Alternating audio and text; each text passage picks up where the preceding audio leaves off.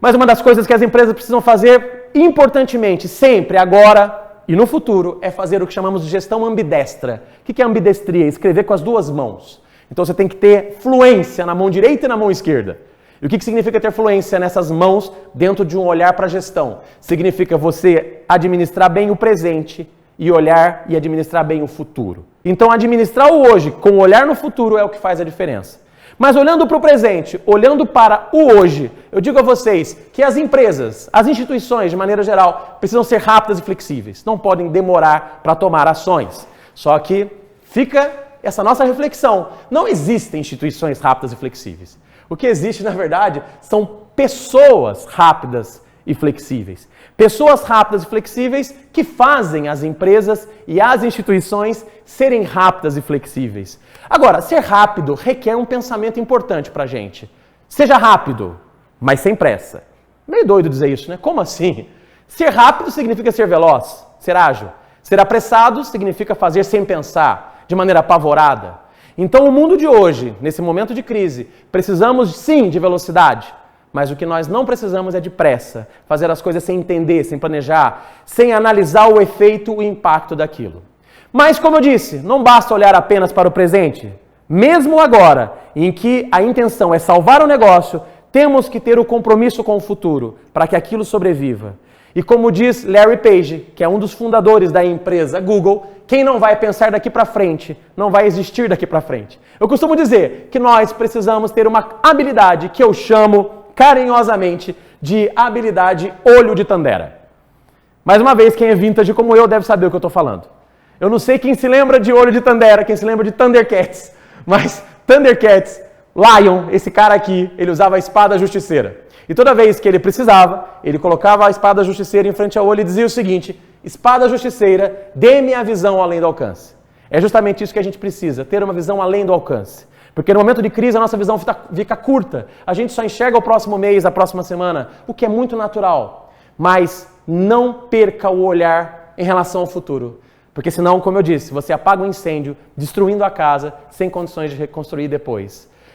Ainda fazendo menção à animação, ao desenho animado. Se você for buscar lá no Rei Leão, naquela primeira versão que é do desenho, você vai encontrar o Rafiki, que é esse rapaz aqui, que no filme também mudou, ele está com uma outra carinha agora, ele está com outro jeito. E o Rafiki diz lá, na primeira versão do Rei Leão, que para conseguir o que você quer, você deve olhar além do que você vê. Buscar novas oportunidades. Novas formas de vender, novas formas de atender, novas formas de se relacionar com o cliente e prestar atenção em novas tendências, novas oportunidades que vão surgindo. É mais ou menos uma estrada. Uma estrada que você segue em linha reta e você vai seguindo essa estrada de maneira contínua.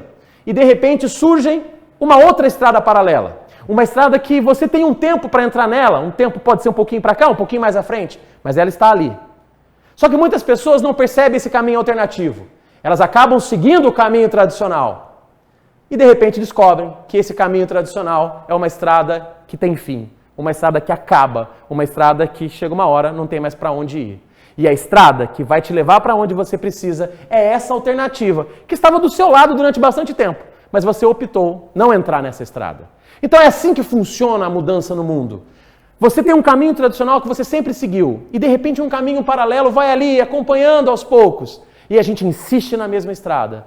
Só que ela muitas vezes termina e não dá tempo de voltar e retomar essa estrada que te levaria até onde você precisa.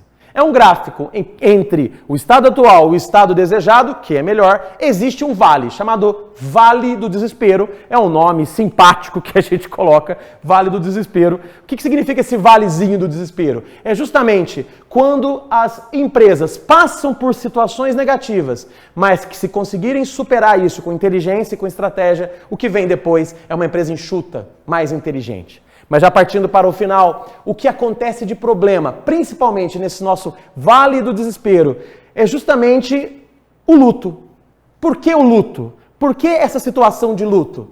Bom, o que é o luto? Isso serve tanto para quem, quando morre alguém, quando você descobre que tem uma doença difícil de tratar, ou quando uma situação ruim acontece na sua vida, como o desemprego, ou você, enfim, a sua empresa passa por dificuldade, normalmente nós temos as fases do luto, que nada mais é quando você nega aquele problema, não, isso vai passar, não quer dizer nada, vem a raiva, depois vem aquela barganha tentando se salvar, até quando você percebe que a situação é mais crítica, entra a depressão, mas quando as coisas resolvem, quando você aceita de fato que tudo já foi, a história já está ali, então agora tem que se reinventar e sai nadando em busca de um novo resultado. O problema não está no luto, o problema está no que você faz durante o período de luto.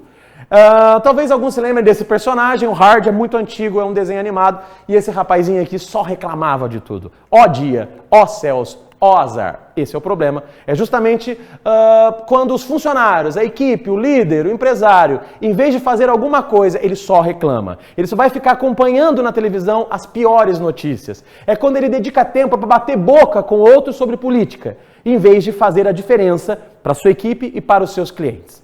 Ou você é vítima, ou você é protagonista.